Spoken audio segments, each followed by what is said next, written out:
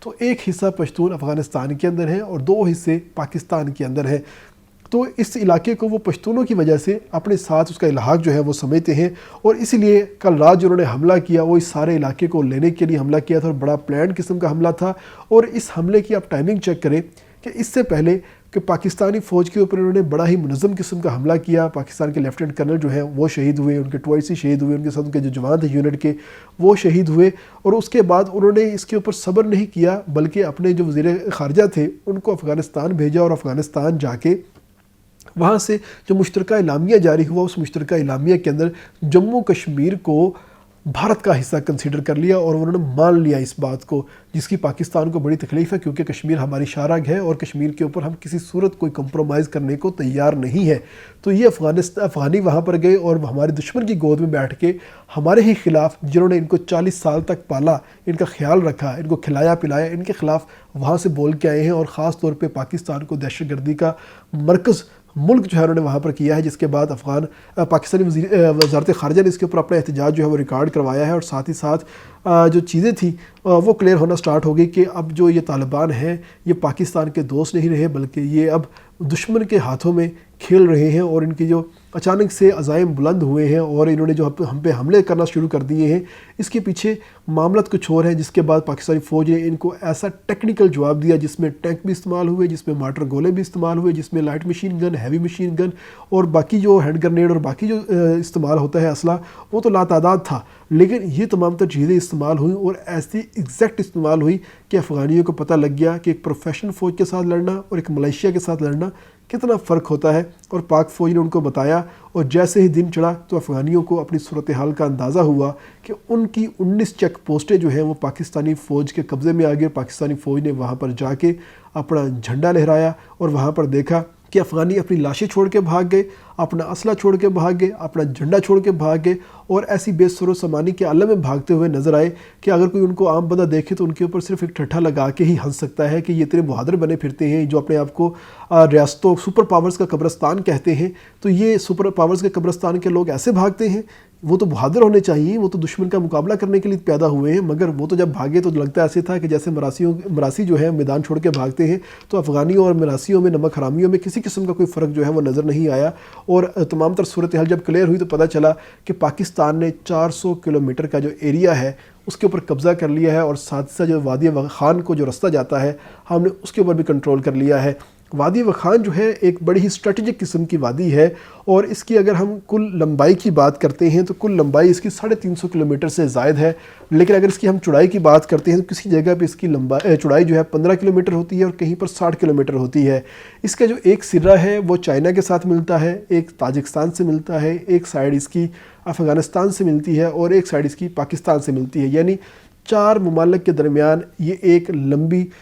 دم کی طرح کی یہ ایک پٹی ہے، یعنی اگر آپ پورے میپ کے اندر جا کے دیکھیں تو افغانستان آپ کو ایک طرف نظر آئے گا، اور یہ افغانستان کی دم کے طور پہ آپ کو ایک سائڈ پہ نظر آئے گا، مگر یہ دم جو ہے یہ کتے کی دم ہے، یہ بڑی امپورٹنٹ ہے، اور پاکستان کو یہ چاہیے، چائنا کو یہ چاہیے، کیونکہ جیسے ہی پاکستان اس علاقے کے اوپر اپنا قبضہ برقرار رکھتا ہے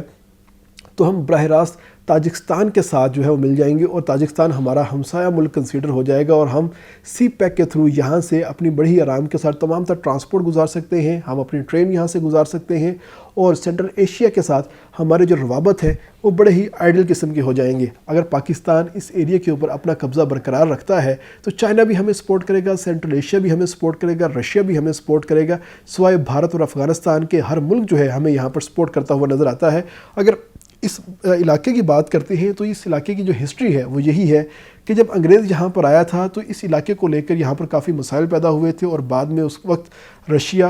اور انگلینڈ نے یہ تمام تر چیزیں فائنلائز کر لی تھی کہ ہم اس ایریے کو ایک بفر زون کے طور پہ کنسیڈر کرتے ہیں، یہاں پہ نو مین لینڈ ہوگا اور یہاں پر کسی قسم کی کوئی ایکٹیویٹی جو ہے وہ نہیں ہوگی۔ ایک تو اس کی وجہ سمپل یہی تھی کہ یہ بہت ہی سنگلاخ پہاڑ ہے، سخت چٹانیں ہیں، اور یہاں پر کسی قسم کی زندگی نہ ہونے کے برابر ہے، اور اگر وہاں پر کسی قسم کی ڈپلائمنٹ کی جاتی ہے تو وہ سراسر وسائل کا نقصان ہوگا، اس کے علاوہ کچھ بھی نہیں ہوگا۔ تو اس لیے اس کو بفر زون کے طور پر ڈکلیئر کر دیا گیا تھا، اور وہاں پر یہ چھوٹا سا ایریا ہے مگر کسی ملک کی وہاں پر عملداری نظر نہیں آتی۔ افغانستان کے زیر انتظام ضرور ہے، ان کی ریونیو حدود کے اندر ضرور آتا ہے، مگر طالبان کا وہاں پہ کسی قسم کا کوئی کنٹرول نہیں ہے۔ وہاں کی جو سرحدی باؤنڈری کی جو حفاظت ہے وہ پاکستان کرتا ہے، ایک جانب سے چائنا کرتا ہے، تیسری جانب سے تاجکستان کرتا ہے۔ تو اس لیے ان تمام ممالک کا اس وقت صرف ایک ہی مقصد ہے کہ اس علاقے کو اپنے پاس رکھ لیا جائے، اور یہ مقصد جو ہے افغانیوں نے خود جو ہے وہ پاکستان کے حوالے کر دیا اور کہا کہ ہم آپ کے اوپر حملہ کرنے آئے ہیں، اٹک تک کا علاقہ جو ہے ہم اس کو واگزار کروانے آئے ہیں، لینے آئے ہیں آپ سے۔ مگر جب پاکستانی فوج نے ان کو جواب دیا تو اٹک تک کا جو علاقہ انہوں نے لینا تھا وہ اپنا ہی 400 کلومیٹر کا ایریا پاکستان کو دے کے چلے گئے ہیں، اور ساتھ ہی ساتھ وادی وخان دے کے چلے گئے ہیں۔ یعنی کہ آپ نے پنجابی کی ایک کہاوت سنی ہوگی کہ کبے نو لت پئی